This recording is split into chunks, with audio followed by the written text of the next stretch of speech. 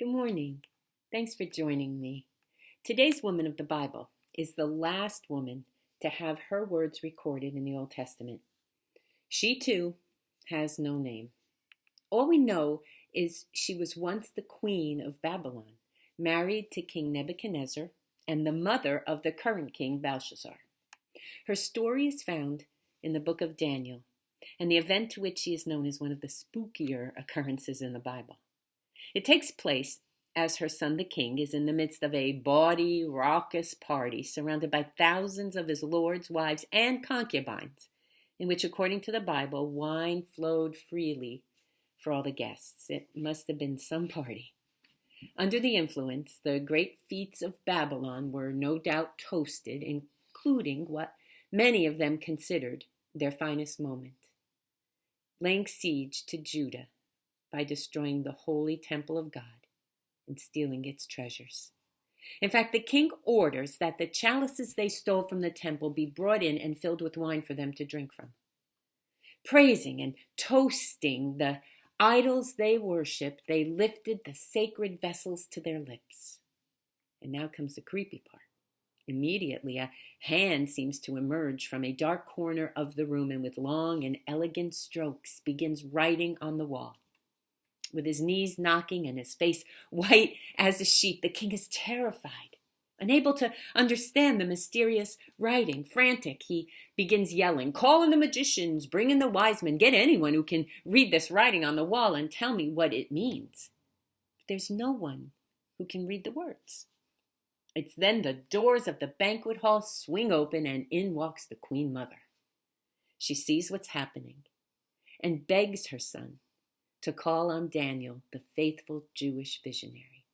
See, she remembers how Daniel had given her husband, the then king, and a non-Jew, a sense of order and God's presence through his difficult trials, including hallucinations, dreams, and insanity. She had seen Daniel and his friends walk through flames and not even be singed. She'd seen hungry lions lie down before him when he was thrown into their den to be their dinner. She knows he is a holy man, one of God's people. And so she, like most of us who are mothers, want to help out her child. She wants the best for her son. Well, perhaps because he's terrified, because no one can translate the writing on the wall. He obeys her and has his men go out and find Daniel. By now, Daniel's an old man, but somehow they find him and bring him to the banquet. He enters and sees the wall. Grimacing, he reads the words and says to the king, "God has numbered the days of your kingdom. You have been weighed on the scales and found wanting, and your kingdom will be divided between the Medes and the Persians." Wow. That wasn't what he or his mom expected to hear.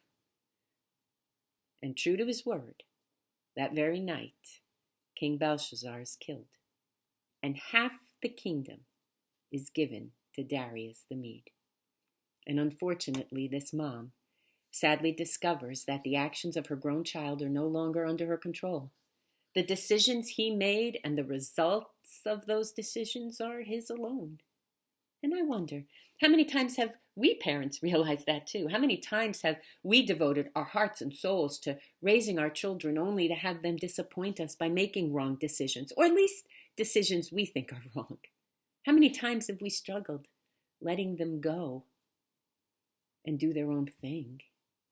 Or worse, what about parents who have lost a child? I can't imagine the depths of sadness they must feel. The thing is, this mother is witness to a triple nightmare: the scary, prophetic handwriting on the wall, Daniel's prophecy, and the death of her son.